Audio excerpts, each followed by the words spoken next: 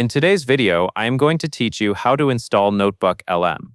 Notebooklm is a web-based AI tool, so there is no traditional install process like you would have with a desktop program. Instead, you access it through your browser, which makes it fast to start and easy to use on both desktop and mobile.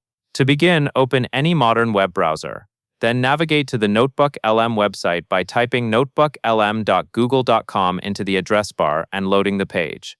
Once you arrive, sign in with your Google account. This sign-in step is important because it lets you create and save notebooks, upload sources, and return to your work later from any device. After you are signed in, you will land on the main dashboard. This is where your notebooks will live. To create your first notebook, look for the button labeled Create New and click it.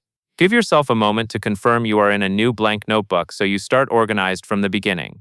Next, you will add material for Notebooklm to work with. In the Upload pop-up, select the sources you want to use. You can upload PDFs, add YouTube links, or choose files from your drive. Once you add sources, they will appear in the Source panel on the left side.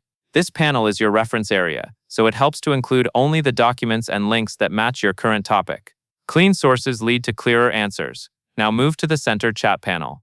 This is where you will analyze your material. Click into the question box and type a specific question based on the sources you provided. Notebooklm will respond with an answer that includes clickable citations. Use those citations to jump back to the exact spot in the source, which is useful for checking accuracy and pulling quotes.